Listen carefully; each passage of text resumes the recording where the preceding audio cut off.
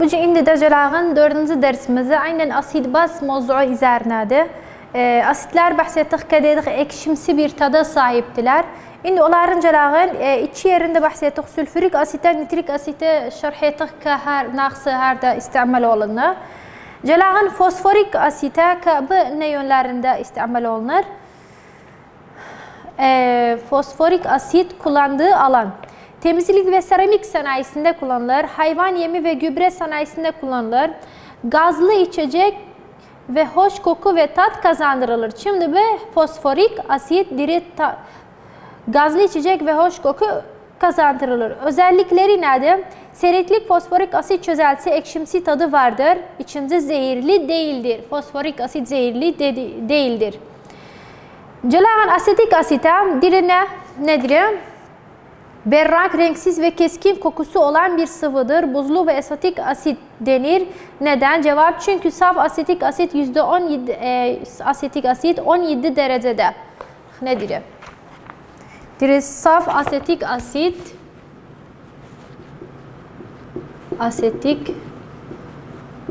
asit 17 derecede donar. 17 derecede donar. Ve soğuk ortamlarda kristaller oluşturuyor. Beyaz sirke bünyesinde %4 ile %8 asetik asit bulundurur vardır. Kullanımı nerede? Plastik sanayide antimantar olarak da kullanılır. Asetik asitin yani CH3 COOH nerede kullanımı nerede? Plastik sanayisinde içi de antimantar olarak kullanılır. Bu asidin şeyleri de naqsı harda istimal olunur. Celağın bazları.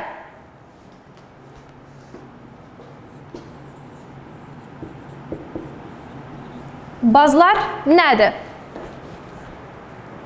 Bazlar sulu çözeltileri acıdır. Deriyi inciterler. O yüzden tatma yoluyla özellikleri bulunmaz. Tatma yoluyla özellikleri bulunmaz. Asitte ne dedik? Asitte ekşimsi bir tadı var. Yani aside edebilir dadağın. Biz nerede bazı edebilmek dadağın. pH kağıdını maviye dönüştürülür. Bazda pH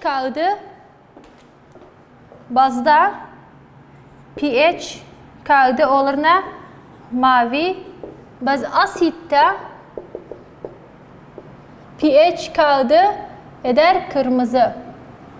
Meniden billah eğer bir sade şeffaf su yani asetik asite katsak meniden billah bu asite yaxsa bilmir dada bilmirsek bir pH kağıdımız var o kağıdı koyanda içine kırmızı olsa yani asitти eğer mavi olsa yani bazdı. Asitleri tepkimeye girip tuz ve su oluştururlar. Asitler ile tepkimeye girip tuz ve su oluştururlar. Seyriklik sulu çözelti sabunumsu özelliğe sahiptir. Elektrolitler o yüzden sulu çözelti elektriği iyi iletirler. Nedir? Bazlar elektrolitler elektriği de iyi iletirler. Kullanımları nerede? NH3, NaOH temizlik malzemeliğinde kullanılır. NH3 ve NaOH. NH3 ve NaOH her de kullanılır. Temizlik sanayisinde kullanılır.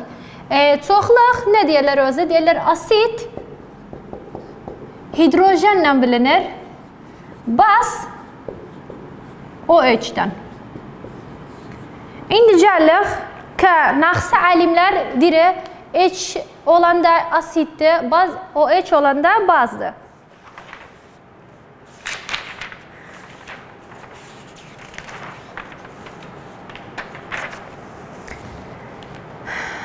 Baxağın hardadır? Budur.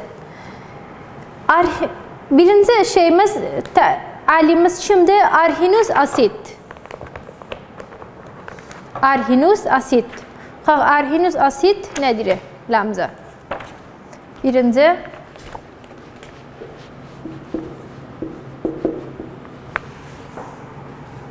Arhinuz asit. Arhinuz asit ve bazlar. Arhinuz asit nedir? Celağın binin baz asidi. Arhinüs neyden asidi biləmiz tanımları? Diri, sulu çözeltilerde hidrojen iyonunu artıran kimyasal bileşiktir. Yani dirim, HCl artı H2O olsa, bu arhinüs asidiri HCl artı H2O olur na H3O artı Cl, yani diri burada bu olur asit. Eğer arhinüs asit nedir? Diri eğer hidrojen verirse, yani abi yani burada eder alırsa, burada da verirse, burada da alırsa,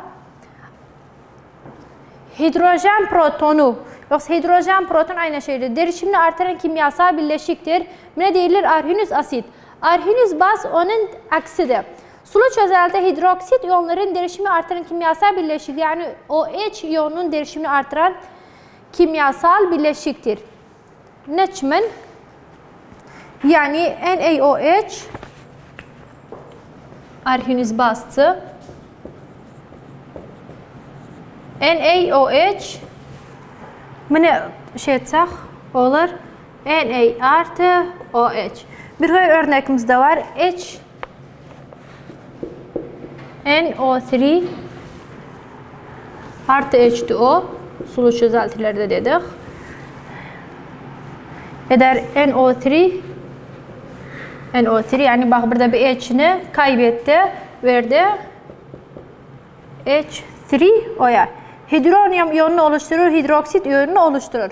Burada hidronyum iyonu oluştursa olur asit. Burada da madem OH iyonu oluşturdu oldu baz. Şimdi arhinüs asit, arhinüs baz bilemizden belayıdır ki asitten bazıları belayı tanıyarıq.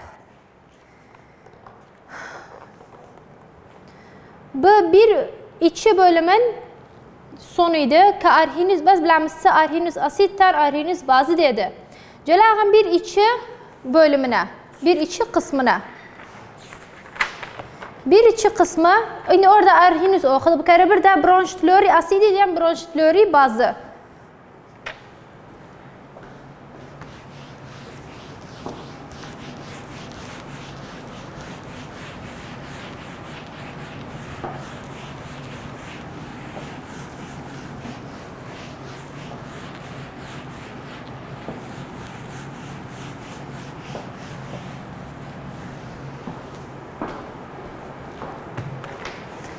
Baxaq bronştülori asidi nasıl tanıdır? Bronştülori bazı necəyi tanıdır? Yani bronştülori baxaq asitten bazı bamza necəyi tanıdır? Bronştülori asidi nedir? H proton bağışlayan, yani proton veren molekül ya da iyondur. Yani herhangi bir element ya da birleşik bir element proton veriyorsa bu diri asid olur.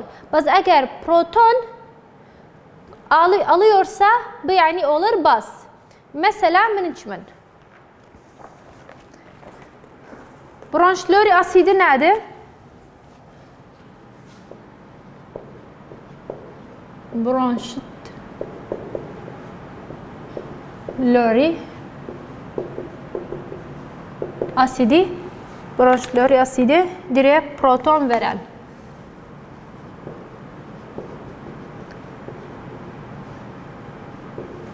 Mesela HCl artı NH3 bu olur ne? Cl artı NH4. Burada madem H veripti abi buna veripti eder, yani burada buna bu olur asit. Madem proton veripti. Eğer bronştülori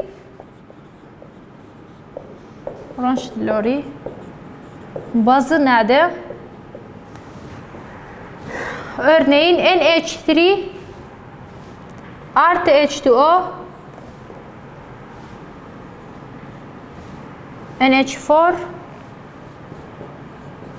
artı OH. Bu madem burada dir abi olur baz. Nasıl? Olur NH4 yani proton alıptı.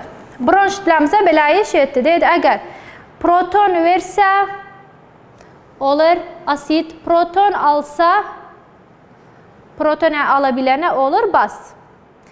Tekli ve çoklu proton asitler. Tek protonlu asitimiz var, 2 protonlu asitimiz var, 3 protonlu asitimiz var. Her moleküllerinde bir proton verebilen asittir. HCl, NHO3, HF, HCl, H3O. HClO3. 2 protonlu asit nerede? 2 hidrojen verer. H2SO4. Yani 2 hidrojen verer. H2S, H2CO3, H2CrO4. Bunlar qalsa CO3 və olur asid. Əgər bu alsa, yəni CO3 olsa H2CO3 olur baz. 3 protonlardır, yəni 3H verər, H3PO3, H3PO4. Bunlar 3 hidrojen verərlər.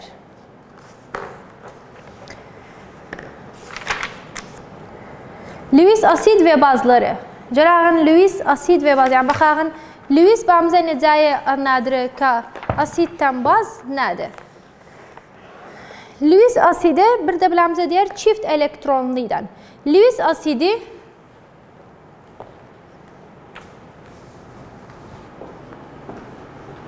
bir de yazaq.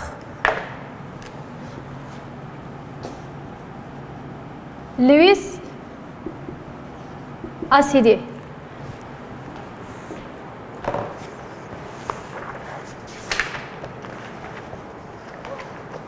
Lewis asitten Lewis baz nedir?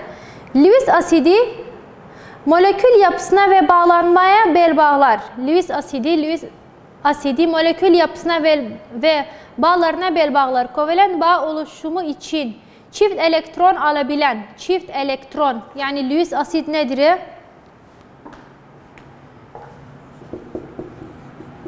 Çift elektron alabilen Lewis asididir. Çift elektron alabilen Lewis asittir. O zaman Lewis baz oluruna kovalent bağ oluşumu için çift elektron verebilen bir molekül ya da bir atoma Lewis baz denir. Lewis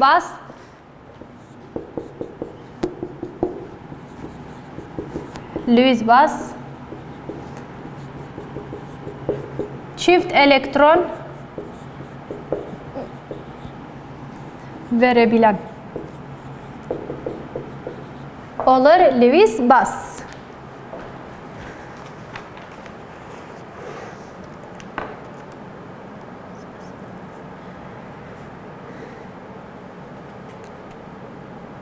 BF aşağıdaki denklemi Lewis asidi veya baz olduğunu verirler. Lewis bazı nədir? Lewis asidi. Bir Lewis asid ise bir örnek verəğin. Bir NH3 artı H etsək olur NH4.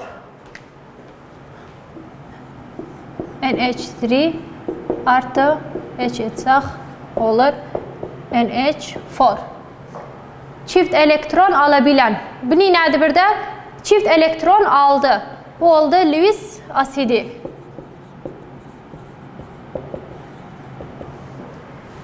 Lewis bazı çift elektron verir. Yani 2H artı Ag. Ag ise örnek Lewis baz çift elektron verebilen.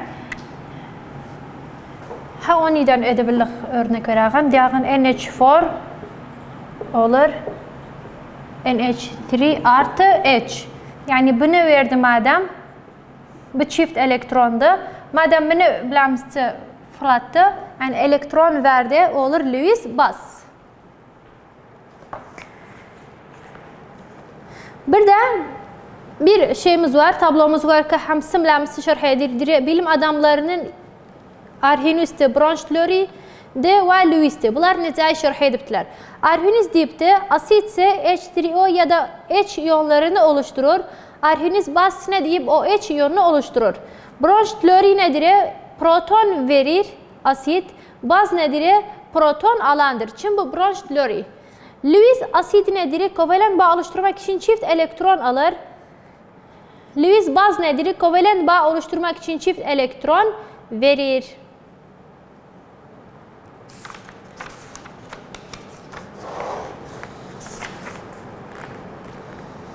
Lewis. Bu da 3-2 sonuydu. 3-2 bölümün sonuydu bu da. Calağın 3-3'e.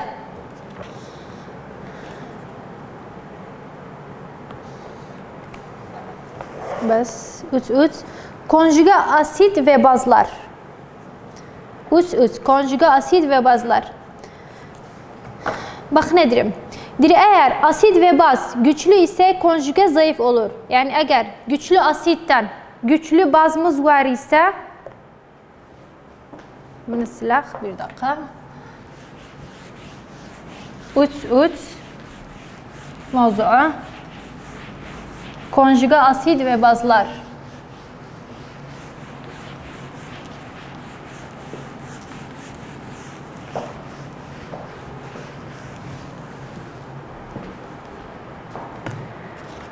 Dire konjuge asit ve bazlar. Konjuge asit olmaktı. Eğer asit ve baz güçlü ise konjugesi zayıf olur. Eğer de zayıf ise konjugeleri güçlü olur. Eğer asit ve baz güçlü ise yani birbirinin aksidir. Eğer güçlü asitten güçlü bazımız var ise konjugesi zayıf olur. Eğer zayıf asitten zayıf bazımız var ise konjugesi güçlü olur. Bir şey edağın burada hal edağın güçlü konjuge asit, zayıf konjuge asit. NH konjuge asit ve bazlar. Konjuge asit ve bazlar. Örnek miniti NH3 artı HCl ederine NH4 artı Cl. NH3 zayıf asitti. Z koydum yani zayıf asit. HCl NH3 zayıf bazdı. Afwan. Zayıf bazdı. HCl güçlü asitti. Bir de NH3'nin madem zayıf bazdı o zaman güçlü konjuge asitti. Bir de Cl ekamız. Bir de madem güçlü asitti o zaman bir de zayıf konjuge bazdı. Yani dediğimiz şimdi zayıf bazımız var. NH3 zayıf bir bazdı. Konjugesi güçlü konjuge asit çıkar.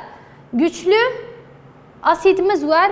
Konjugesi zayıf bir konjuge baz çıkar. Başka örneklerde istedim hal edeyim. Bir de kitapta bir tablomuz var ki hamsi mülamze dire naksı güçlü asitte naksı güçlü bazdı. Yani her bir güçlü asidin konjugası zayıf baz çıkar. Koyayım yazalım burada. Birinci güçlü asit konjugesi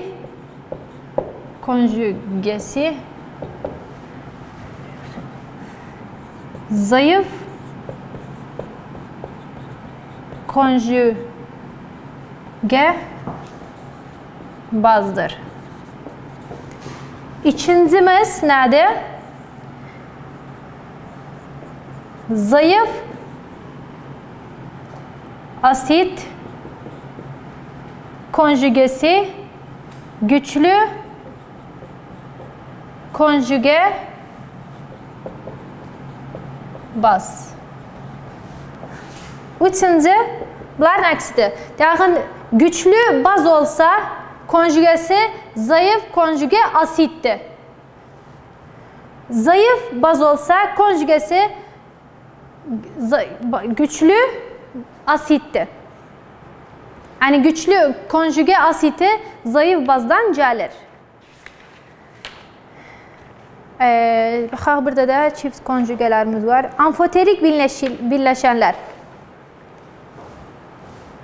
Bir de amfoterik yazağın. Amfoterik birleşenler. Şimdi ne diyarıq amfoterik?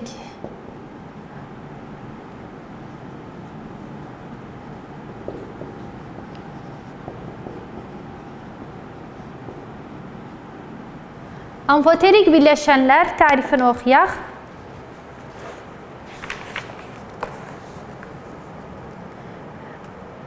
Doğru ya da ters tepkimelerin yönünün belirlenmesi. Bir dakika, baxaq hardaydı.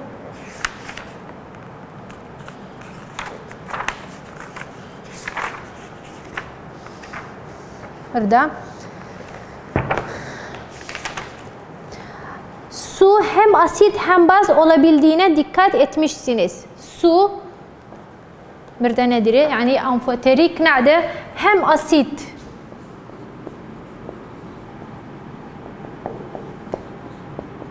hem baz olan elemente amfoterik denir. Örneğin su hem asit hem de baz olur bizimce. Su hem asit hem baz olur. Ne deyilir amfoterik birleşen? Yani H2O bir birleşiktir. Hem asit hem baz olur. Su hem asit hem baz olabildiğine dikkat etmişsiniz. Hem asit hem baz olarak tepkimeye girebilen bileşenlere amfoterik denir. Misal olarak kükürt asidi iyonlaşması su ile baz olarak tepkimeye girer. Kükürt asit iyonlaşması da su ile baz olarak tepkimeye girer. Misal ne? Yani kükürtte. Kükürt. Peroksitte amfoterikte H2O2. Bu da peroksitte amfoterik bir bileşendir.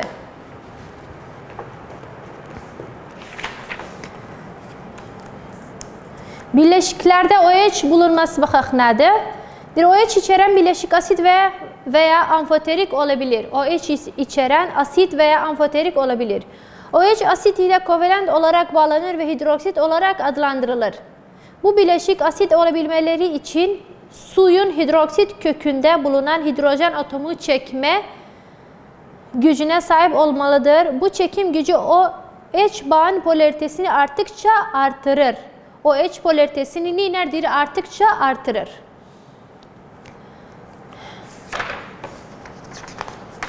Burada denklem tepkimelerimiz var. Güçlü asit veya güçlü baz denkliği.